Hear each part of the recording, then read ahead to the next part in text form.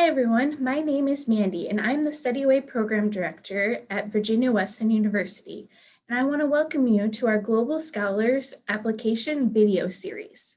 In this first video, I'm going to show you how to do a program search once you made the amazing decision to study abroad for a semester. So I'm going to start by sharing my screen to show you how to start this process. You're going to first come to the isepstudyabroad.org website and click Start a Search. Normally, it would ask you to put in the name of your institution, but since I've been to this website numerous times, it no longer asks me. But once you put in the name of your institution, it narrows down your programs to those that you're permitted to do by your school. In this case, it narrows it down to 191 programs. That's still a lot of program options. So I'm going to show you how to use some of these filters to narrow down your options even further. One of the first ones is language. So if you want to take all of your courses in Spanish, you can choose to do that, or even all of your courses in English. So we're going to check that.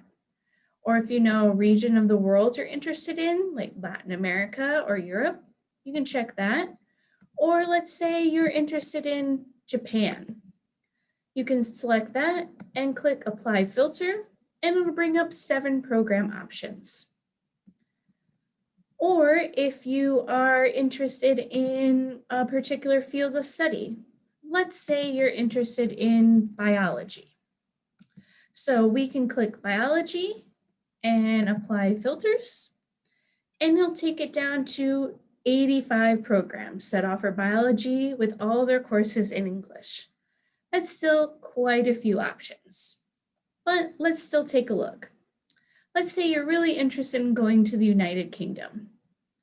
So one thing I'll say about searching about with the subjects or fields of study is this could mean that they have one course like Intro to Biology or many courses enough to give you a full load. So you do have to be careful and dig down deep, and I'm going to show you how to do that here. So this is where your work comes in. So as I said, we're going to look at the United Kingdom, and let's see. Let's say I'm interested in the University of Roehampton, and we're going to click on that program. And the first page tells us a little bit about the university, usually gives us some photos and videos, tells us the language spoken on campus, and then gives us a link to the program.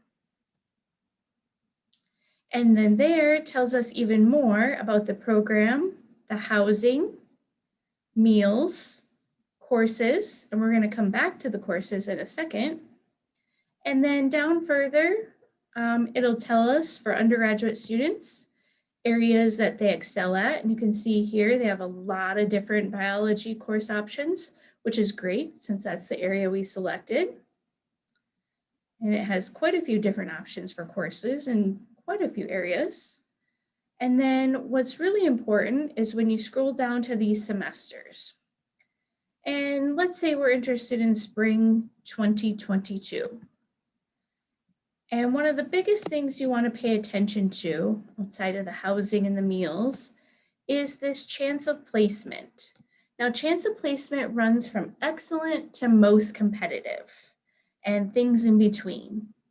And chance of placement literally means what are your odds of getting placed at this institution?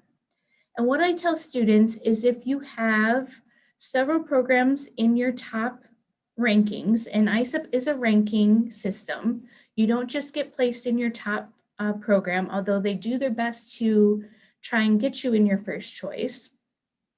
You do list up to 10 programs, although I don't suggest listing 10. If, though, your first 2 to 3 are limited, very limited, or most competitive, I would suggest having at least 5 to 6 options on your list. However, if your first couple are good, fair, excellent, you can get away with only having 3 to 4 programs on your list. But know that anything you put on there is fair game. You could get your first choice or your 10th choice. So be very careful what you put on this list.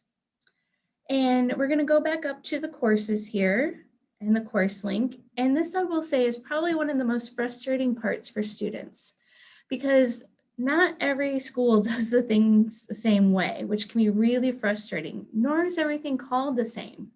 A course can be called a course, a subject, a module, and of course, credits are not listed the same. You can see here, a semester's worth of credits is 60 credits, which in Europe is equal to 30 credits, and in the US, that's about 15 US credits.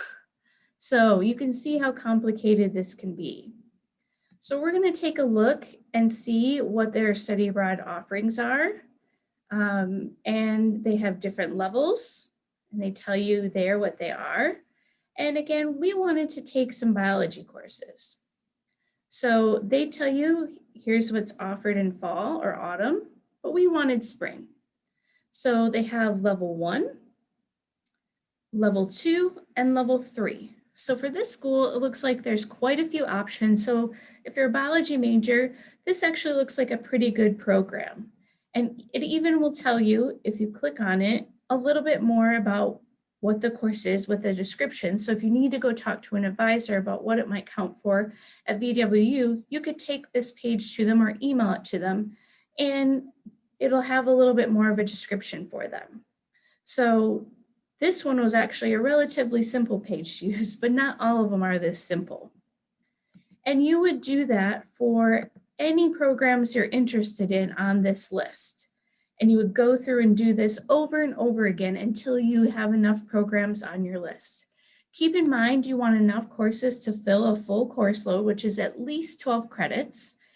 And also keep in mind that you want extra credits because you don't know if those classes conflict time-wise when you get there, since you're usually looking at these courses about a year in advance, or if you will actually like them and might want to change them when you go. So there's a lot of things to consider. Also, I want to point out this Moore's filter. You can also look for things that have features such as an internship, volunteering, service learning, community engagement, and excursions if those interest you. So there are a lot of other features that if those are important to you, or even the chance of placement. So if you really want to make sure you get into a program, you can choose and look for programs that are in the good or fair range.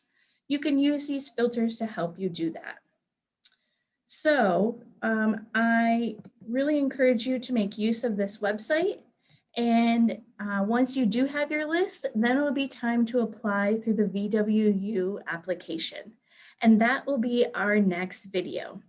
So I look forward to seeing you soon, and stay tuned for our next video. Bye.